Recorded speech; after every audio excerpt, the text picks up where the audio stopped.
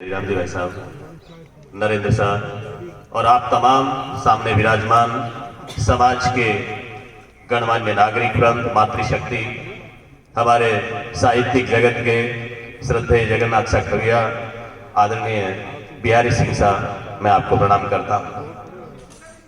मुझे दो भागों में बात करनी है। आज उस व्यक्तित्व का जन्म दिवस है जिसने हिंदुस्तान की जंगे आजादी में अपना संपूर्ण परिवार न्योछावर कर दिया, और राजस्थान में जब क्रांति की बात चली तो सशस्त्र क्रांति में जिन्होंने बदला, ऐसे क्रांतिकारी बारठ परिवार के ठाकुर केसरी सिंह बारठ की जयंती मैं आप सबको ढेर सारी शुभकामनाएं देता हूं।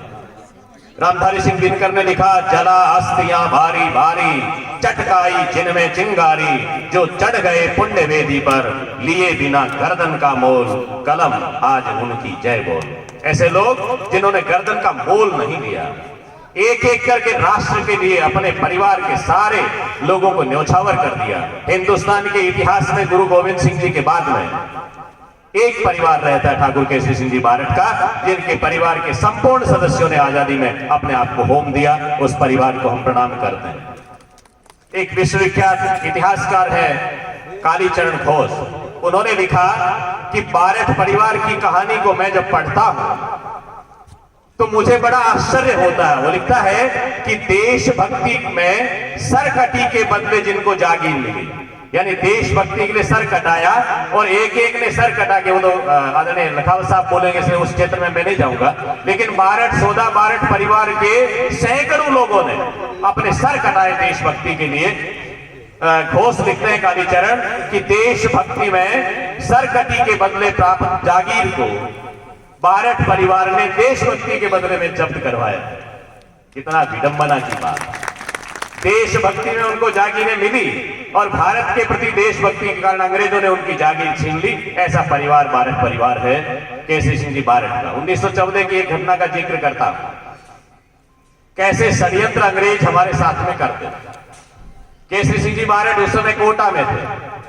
कोटा नरेश के विश्वसनीय व्यक्तित्व में, परामर्शदाता में, वो उदयपुर से उनको लाए। उनकी बुद्धिमता, उनका कौशल, वाक चातुर्य, उनकी दूरदर्शिता को देख करके लेके आए कि मेरा मार्गदर्शन ऐसे व्यक्तित्व करेंगे। लेकिन दुर्भाग्य देखिए, वो कोटा नरेश केसरी सिंह जी बारठ में मुकदमा दर्ज करवाते। सारी दुनिया हतप्रभ रह गई। राजस्थान के संपूर्ण राज्य रजवाड़े, मध्य प्रांत की पूरी रियासतें इस बात को लेकर के आश्चर्यचकित है कि केसरी सिंह जी बारठ पर कोटा में कैसे मुकदमा चलाया जा सकता है। अंग्रेज सरकार मुकदमा चलाती है। जुर्म क्या है? ब्रिटिश हुकूमत को जड़ से उखाड़ने का षड्यंत्र केसरी सिंह जी कर रहे हैं। ये जुर्म लगा करके कोटा नरेश के यहाँ पर मुकदमा होता है। सब लोग इस बात को लेकर के सोचने लगते हैं कि अंग्रेज अपने अंग्रेज शासित किसी प्रांत में लगा सकते थे, कोटा में ये मुकदमा क्यों लगाया? इसके पीछे का बड़ा षड्यंत्र था अंग्रेजों का। कोटा में मुकदमा किससे लगवाना है? राजा साहब के यहाँ से लगवाना। पहले पहल संपर्क तोड़ना, दूसरी रियासतों में जो लोग बैठे हैं उनमें खौफ पैदा करना। अंग्रेजों ने तय किया था हर रियासत में एक रेजिडेंट उनका हुआ करता था, और वो रेजिडेंट देशी रियासतों पर ऐसी निगरानी रखता था, देशी राजाओं की गतिविधियों पर निगरानी रखना, अंग्रेजों के प्रति लायबल रहता था, ब्रिटिश गवर्नमेंट को सूचना देता था। और उस सूचना में उसने बताया, और सीआईडी की सूची वहां लंदन की प्रोफेसर भवन सिंह जी सामोर के एक आर्टिकल में पढ़ रहा था। उन्होंने लिखा कि ब्रिटिश में सीआईडी वालों ने एक सूची दी कि राजस्थान में अमुक अमुक लोगों की निगरानी रखनी है। सबसे पहला नाम ठाकुर केसरी सिंह बारठ, उन पर निगरानी रखी जाए। वो अंग्रेजों के विरुद्ध कुछ काम करना चाह रहे हैं। रेजिडेंट ने ये षड्यंत्र करके मुकदमा चलवाया। लेकिन देखें आप, उस मुकदमे में दो तीन चीजें सामने आई। वो सामने यह आई कि एक भी व्यक्ति केसरी सिंह जी के विरुद्ध गवाही देने को तैयार नहीं हुआ। देखिए कितना बड़ा व्यक्तित्व था। एक भी व्यक्ति केसरी सिंह जी के विरुद्ध गवाही देने को तैयार नहीं हुआ। रेजिडेंट ने बड़ा जोर लगाया, और ब्रिटिश गवर्नमेंट से जोर लगवा करके रघुनाथ चौबे करके कोटा के दीवान हुआ करते थे, दीवान जी पर बड़ा प्रेशर आया कि या तो तुम गवाही दो केसरी सिंह जी के खिलाफ कि अंग्रेजों के विरुद्ध कुछ षड्यंत्र रच रहे हैं, या कोई गवाह तैयार करो। राजनीति आज गंदी नहीं हुई, पहले भी थी।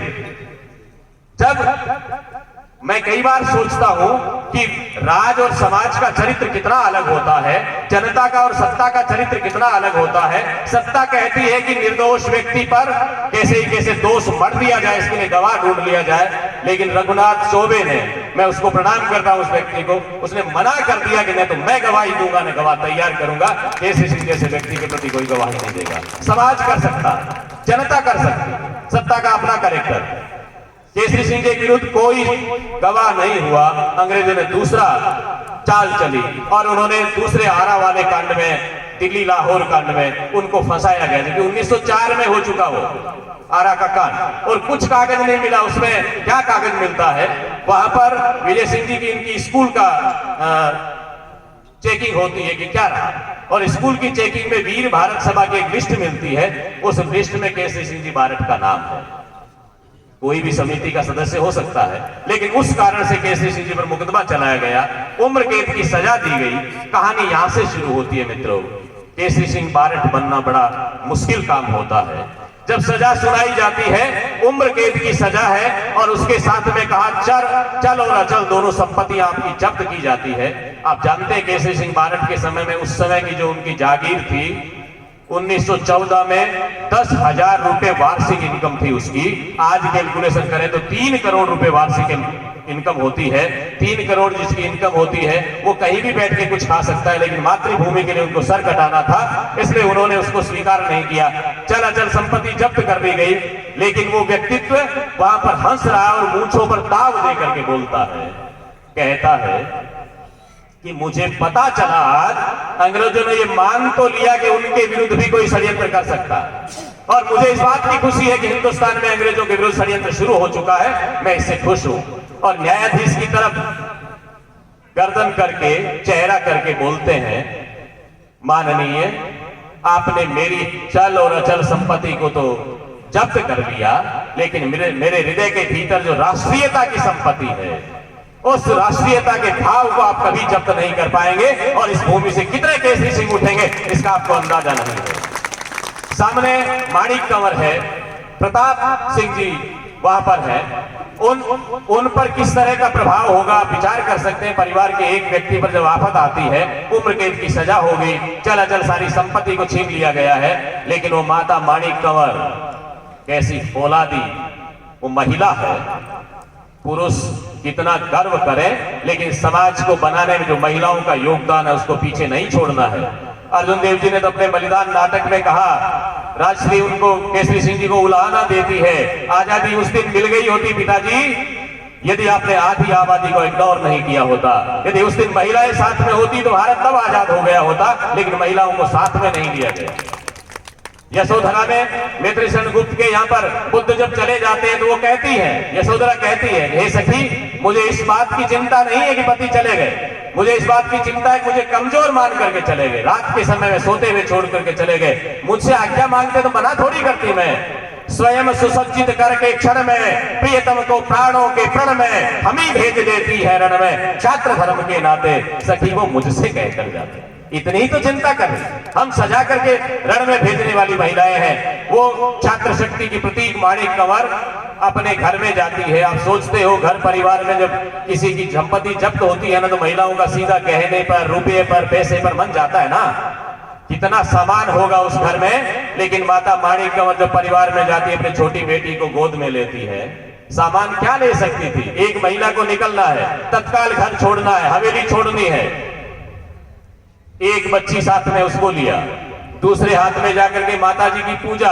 माँ भगवती की मूर्ति, आज भी माणिक भवन में कोटा कभी जाओ तो विराजित है, वो मूर्ति लेती है, सेवा का सामान लेती है और रवाना हो जाती है महिला। ऐसी वृहद महिला को हम प्रणाम करते हैं, माता माणिक कंवर, जिन्होंने स्वातंत्र्य का पाठ पढ़ाया इस बारठ परिवार को, प्रताप को उस तरह के संस्कार दिए। केसरी सिंह जी बारठ का परिवार, जिनका बेटा प्रताप सिंह, जिनके भाई जोरावर सिंह, सबने आजादी के लिए संग्राम में अपने आप को होम दिया। उस व्यक्तित्व ने हम सबको सिखाया है। यदि चारण सामने बैठे हैं, मैं आपसे निवेदन करूं, आज आप यदि स्वाभिमान के साथ जी रहे हैं, केवल एक व्यक्ति की बदौलत वो ठाकुर केसरी सिंह बारठ है। अन्यथा चारण आज जो चारण है वो चारण नहीं हो सकते। इस कहानी को पढ़िएगा, केसरी सिंह जी का सपना था, सारे हॉस्टल केसरी सिंह जी की देन है। जो चारण और राजपूत हॉस्टल बने हैं, ठाकुर केसरी सिंह जी बारठ की योजना थी। क्षत्रिय शक्ति को एक करना चाहते थे अंग्रेजों के खिलाफ, उन्होंने योजना बनाई। उनकी शिक्षा से संबंधित विचार सुनिए। एक छात्रावास की योजना उनकी थी और छात्रावास के निर्माण में केसरी सिंह जी का विजन था, छात्रावास संस्कार निर्माण के केंद्र बने। छात्रावास के माध्यम से पराक्रम को जिंदा रखा जाए, राष्ट्रीयता को जिंदा रखा जाए, चाणक्य को जिंदा रखा जाए। आज आप इस हॉस्टल में बालिका छात्रावास का हमने शिलान्यास किया है, भूमि पूजन हुआ है। मैं ढेर सारी बधाइयां पूरी आपकी कार्यकारिणी को देता हूं। विगत 10 वर्षों से मेरा लगातार इस कार्यक्रम में आना होता है। हर बार से छात्रावास की बात चलती है। बहन उमा जी रत्नो जब यहां से बोलते हैं, उनके एक एक शब्द में ऐसी पीड़ा झलकती थी। मैंने सब कुछ करना चाहा, मेरे जीवन का ध्येय है ये बन जाए। उमा जी, मैं आपको प्रणाम करता हूं। मीना कुमारी की एक शायरी है और वो लिखती है पहली पंक्ति में कि आगाज तो होता है मगर अंजाम नहीं होता जब तक कहानी में तेरा नाम नहीं होता। ये कहानी यहां से उठी है, आपने भूमि दी तब जाकर के आज ये हॉस्टल खड़ा होने की स्थिति में है। शेखावाटी के चारण बहुत समृद्ध है और आगे का आपका जो मंडल है, जो चलाने वाले हैं, वो बहुत समृद्ध लोग हैं। एक विजन है। मेरा तो इतना ही निवेदन है कि जब हॉस्टल हम चलाते हैं, ये प्रस्ताव हॉस्टल का पिछली बार भी मैं कह रहा था, हॉस्टलों के निर्माण में, हॉस्टलों के संचालन में हमें ये ध्यान रखना है कि राजनीति से इनको बिल्कुल दूर रखें। हॉस्टल राजनीति का अड्डा नहीं बन जाए। अमूमन चारण हॉस्टल की स्थिति यह है कि दारू पीते हैं लोग, वहां रहते हैं, जो छात्र बॉयज हॉस्टल है, लेकिन सीकर बचा हुआ है, इसलिए मैं आपको बधाई देता हूं। अन्य हॉस्टल की हालत ये होगी, वो पढ़ाई नहीं हो पा रही है, लेकिन आप दोनों हॉस्टल को संभाल के रखे। आज 100 साल आपके बॉयज हॉस्टल को हो गए, मैं उसकी भी आपको बधाई देता हूं। 100 साल से किसी संस्था को आप चला रहे हैं। आज भी वहां पर पूरे चारण समाज के बच्चे पढ़ रहे हैं, केवल शेखावाटी के नहीं, मेरे तो भतीजे पढ़ रहे हैं। इसलिए मैं आपसे कह रहा हूं, मैं व्यक्तिगत रूप से ऋणी हूं आपका। इसलिए यहां पर जब आप ये, और सीकर सही कह रहे थे लक्ष्मण सिंह जी किनिया साहब, आज सीकर एजुकेशन हब बना है। राजस्थान में यदि किसी अभिभावक को तैयारी करवानी है अपने बच्चे को 11वीं 12वीं से लेकर के टॉप तक, वो सीकर की तरफ देखता है। लेकिन यहाँ रहना, यहाँ पर अफोर्ड करना, यहाँ सुरक्षा की दृष्टि से विशेषकर बेटियों के लिए बड़ी समस्या है। उसमें आप लोगों ने पहल की है, बहुत बहुत बधाई देता हूं। हॉस्टल को राजनीति से दूर रखें, समाज के सारे लोग मिल करके इसको करें। हॉस्टल में एक मैंने पिछली बार भी आपसे निवेदन किया था, हॉस्टल की लखावत साहब मैंने पिछली बार प्रस्ताव दिया था, आज आप विराजमान हैं। सभी चारण हॉस्टल में तय कर दिया जाए कि जब बच्चे को एडमिशन दिया जाए तो वो बारठ परिवार के विषय में 5 मिनट उसको जानकारी होनी चाहिए, बोले वो सबके लिए तय करें। चारण हॉस्टल में पढ़ने वाला छात्र छात्रा को केसरी सिंह जी बारठ के परिवार के विषय में जानकारी होनी चाहिए, एक शर्त। दूसरा, उस क्षेत्र के कवियों के विषय में जानकारी होनी चाहिए। उस क्षेत्र का शेखावाटी में कोई बच्चा पढ़ रहा है इस हॉस्टल में, 5 साल आपके पास में रह के चला गया और वो कृपाराम जी बारठ को नहीं जानता है, कृपाराम जी खिड़िया को नहीं जानता है, इसका मतलब आपका काम अधूरा रहा। वो यदि दीपपुरा के मान सिंह जी को नहीं जानता, कल्याण सिंह जी को नहीं जानता, यदि वो दुर्गादान जी नेत्रवास को नहीं जानता, इसका मतलब ये हुआ कि आपकी कहीं न कहीं कमी रही है। चारणोत्तर की शिक्षा आप इस तरफ से देने से, इस तरह का ये प्रस्ताव आपको मैं बार बार देता रहता हूं। आपकी संचालन समिति इस पे ध्यान दें। अभी हम बिरसा मुंडा की 150वीं जयंती मना रहे हैं। बिरसा मुंडा 25 साल का ही व्यक्ति था, आदिवासियों में था। प्रताप सिंह बारठ और बिरसा मुंडा की कहानी एक जैसी है, लेकिन बिरसा मुंडा जिस तरह का व्यक्तित्व बन गया, प्रताप सिंह को हम खड़ा नहीं कर पाए। इस तरफ हमारा ध्यान जाना चाहिए। केसरी सिंह जी बारठ की जन्मस्थली आदरणीय लखावत साहब, पिछली बार भी हमारा प्रस्ताव रहा, देवखेड़ा में स्मारक बनना चाहिए। पिछली बार जब मेरी किताब का विमोचन आप और माननीय अर्जुन राम जी मेघवाल साहब कर रहे थे, घोषणा हुई वहां से कि म्यूजियम बनेगा, केंद्र सरकार की योजना है। आज मैं आपसे निवेदन कर रहा हूं, केंद्र सरकार की योजना में 11 करोड़ रुपए केंद्र सरकार देती है किसी महान कवि के यहाँ पर म्यूजियम बनाने के लिए। केंद्र सरकार आपकी है, राज्य सरकार आपकी है। पिछली बार की घोषणा बाकी पड़ी है। उस समय राजस्थान में कांग्रेस की सरकार थी, उन्होंने 4 करोड़ रुपए देना स्वीकार नहीं किया, इसलिए वो आपका प्रोजेक्ट अधूरा रह गया। पुनः उस प्रोजेक्ट को लिया जाए, मेरा निवेदन है। वहां पर वो म्यूजियम बने केसरी सिंह जी बारठ का, ऐसा निवेदन है। आज के इस हॉस्टल में मैं एक निवेदन फिर से संपत सिंह जी का जो इशारा था उस तरफ करता हूं। कृपाराम जी ने लिखा, अड़बा थड़बा आथ सुध तारा विल से सदा, सूमा चले न साथ राई जितरी राजिया। जो सुदातार है, दातार को राजस्थानी में सुदातार कहते हैं, सीधा दातार नहीं कहेंगे, राजस्थानी बोलना सीखने के लिए बड़ी चीजें हैं। अच्छा दान देने वाला, दान तो लोग स्वार्थ के लिए भी दे रहे हैं, लेकिन ये सुदातार की संज्ञा है। उनके घरों में संपत्ति विकसित होती रहती है, लेकिन ए दातार जो है वो दे नहीं सकता। अदतारा घर आय जे करोड़ा संपत जुड़े, तो मोज देन मन माय रतीन सूझे राजिया। ए दातार के घर में लॉटरी लग गई, करोड़ रुपए आ गए, तो भी 1 रुपया देने की इच्छा उसकी होती नहीं है। आप ए दातार नहीं बने। इस हॉस्टल के सहयोग में बाकी किसी जगह कितना सहयोग कर पाते हैं पता नहीं, लेकिन यहाँ पर खूब सारा सहयोग करें, इस हॉस्टल को बड़ा करें, खड़ा करें। पूरे चारण समाज की, राजस्थान का चारण समाज आपका ऋणी रहेगा यदि आपने सीकर में ये बालिका हॉस्टल को बड़े बृहद स्तर पे चला दिया। यहाँ से बहुत बड़ी बच्चियां निकलने वाली है, बहुत सी सेवाओं में जाने वाली है, आपको बहुत सारा आशीर्वाद मिलने वाला है कि बेटियां आगे बढ़ेंगी, समाज आगे बढ़ेगा। फिर धन्यवाद ज्ञापित करता हूं, पुनः पुनः आभार। जय हिंद, जय भारत।